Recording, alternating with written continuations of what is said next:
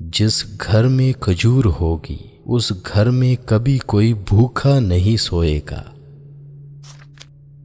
اگر تمہاری آنکھیں خوبصورت ہیں تو تم دنیا سے محبت کرو گے، لیکن اگر تمہاری زبان خوبصورت ہے تو دنیا تم سے محبت کرے گی۔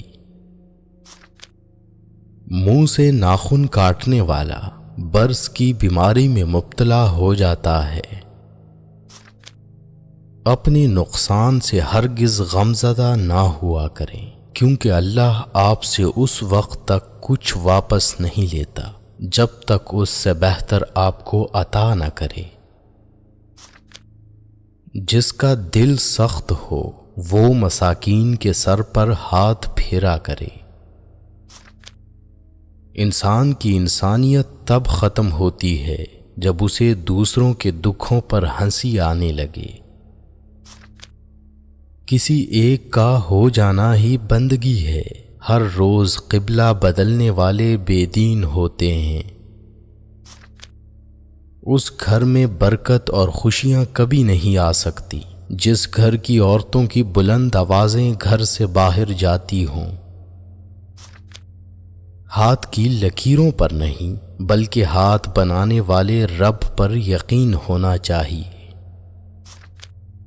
کبھی بھی جانور کو اس کے منہ پر مت مارا کرو، کیونکہ جانور اپنے منہ سے اللہ کی تسبیح کرتے ہیں۔ اگر انسان اچھے لوگوں سے بھی ڈرنے لگے تو سمجھ لیں کہ کسی نے اعتبار نہایت سلیقے سے توڑا ہے۔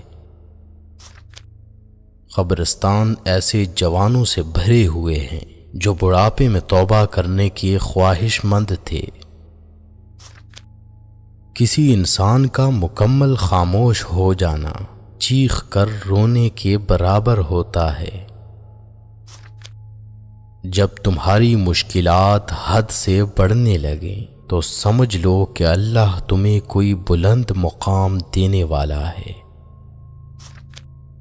خدا انہیں بھی آباد رکھے جو ہمیں برباد کر کے خوش ہیں۔ ہم لوگ بھی عجیب ہیں، ثواب کی خاطر مرے ہوئے انسان کو کندھا ضرور دیتے ہیں مگر زندہ انسان کا سہارا بننے سے کتراتے ہیں۔ زندگی نے ایک بات تو سکھا دی کہ ہم کسی کے لیے ہمیشہ خاص نہیں رہ سکتے۔ صبر کا دامن ہاتھ سے نہ چھوڑو، ہر کام آسان ہونے سے پہلے مشکل ہوتا ہے۔ اللہ تعالی جس انسان کو نوازنا چاہتا ہے، بلند مقام دینا چاہتا ہے تو اسے تکلیف، دکھ اور درد کی راہ بخشتا ہے تاکہ وہ مضبوط بن کے اتنا سیکھ لے کہ اپنی منزل تک جا پہنچے۔ اگر یہ چار نشانیاں ظاہر ہوں تو سمجھ لیں کہ اللہ آپ کو بلند مقام دینے والا ہے۔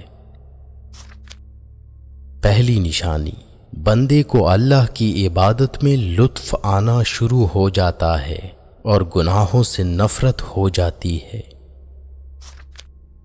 دوسری نشانی، وہ اللہ کے ہر فیصلے پر راضی رہتا ہے، چاہے اللہ اسے بڑے سے بڑے غم میں ہی کیوں نہ ڈال دے۔ تیسری نشانی، بندے کے دل میں مساکین کی محبت اور ظالموں سے نفرت ہونے لگتی ہے۔ چوتھی نشانی، بندے میں عاجزی پیدا ہوتی ہے، وہ اپنے آپ کو اللہ کا ایک ادنا سا انسان سمجھنے لگتا ہے۔